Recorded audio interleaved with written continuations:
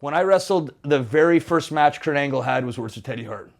And we did such a good match. And right at the end, I went to do a 450. And I think I landed on him weird. And they stopped the match. And they made us do it again.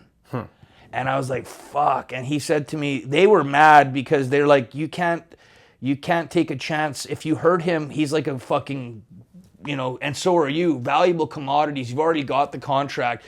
We need to figure out if this guy understands his value as you're not a fucking, what are those cars that crash into each other? What are they called? Demolition Derby? Yeah, you're not a Demolition Derby guy. You're a fucking Bret Hart, 6 moves to 10 moves, maybe 1 backflip. Did that frustrate you? No, I fucking, of course, I'm more is more, less is more, they tell me. And I go, no, they're fucking wrong. Then I use the analogy, you can't go to McDonald's and order a fucking Big Mac and get a half a Big Mac and be happy. Right. I didn't realize how long these fucking careers are and that you're not wrestling once a week or once every 3 weeks. You're wrestling every fucking day sometimes. So these guys were just trying to protect their investment, and I didn't know enough at the time. And so I'm fucking in my head saying, no, these guys are setting me up to fail. I'm going to keep doing all this shit. I'm going to do more shit now. Fuck, I'm going to do another. I'm going to add a twist to this and go off here. So, I'm in a dojo doing backflips off the top to the floor. They got a little pad, and like for these tryout matches that are already, and other guys are like, fuck, this guy's already got a contract, and he's fucking doing all this shit, and it's making it hard for me. It's making it hard for them to look like they're doing much.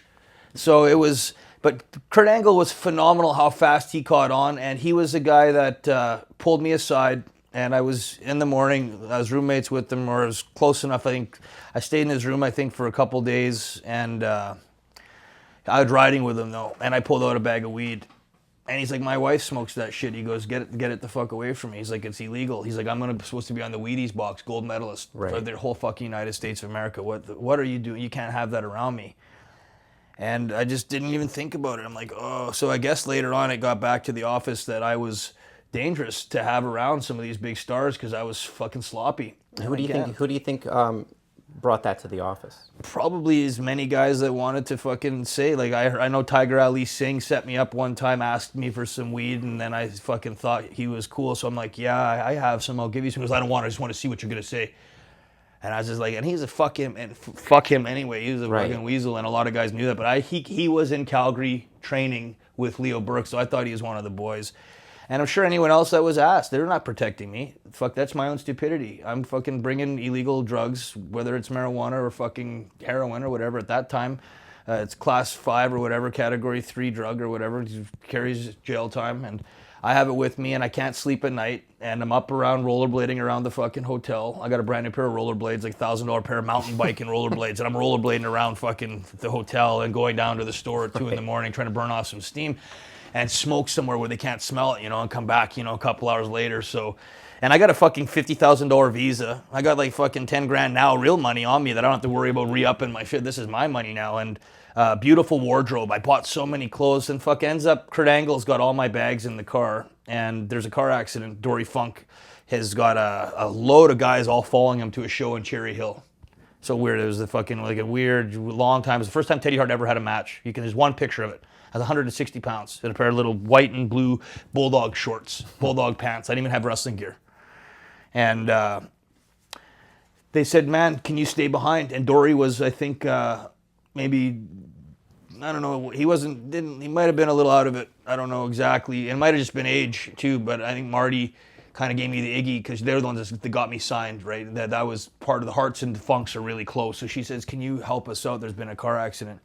And there's Tiger Ali fucking kicking the back of this fucking rental car, making it look like there's more damage, selling his neck.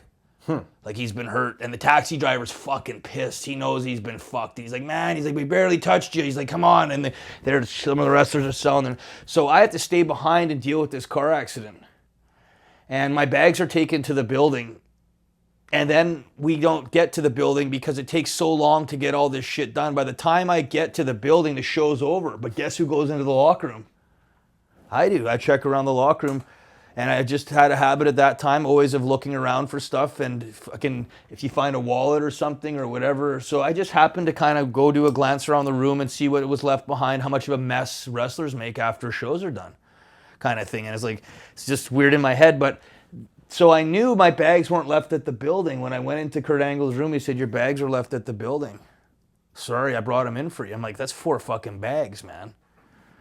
So I think I was ribbed, or somebody said, fucking get this guy out of here, basically. And so I asked him for some GHB, and he had a bottle of it. It was called Renutrient at the time. You asked Angle? He had it too.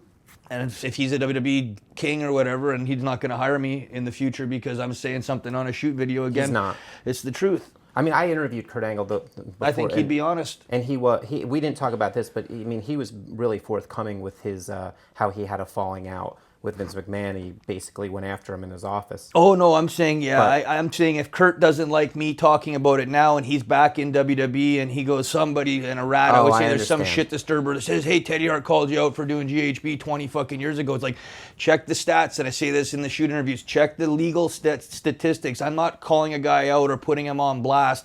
I'm saying at that time you could walk into the fucking health food store and buy a bottle of Renutrient, and he had some and I had some, and he gave me...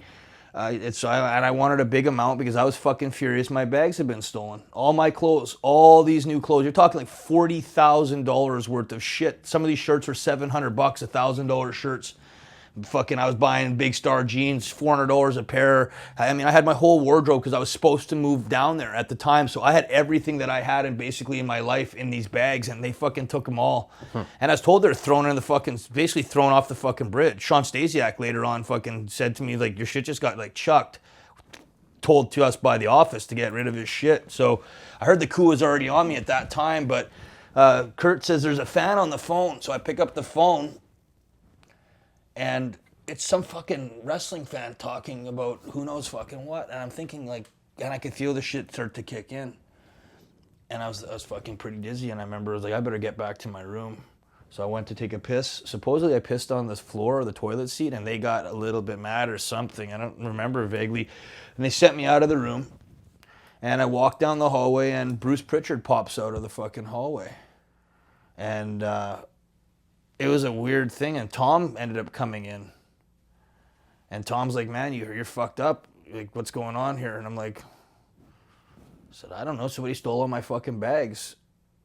And I said, I think the hanky knew I was on GHB at the time. And Bruce said, you're fucking finished here with us. You're done, basically, at that time. And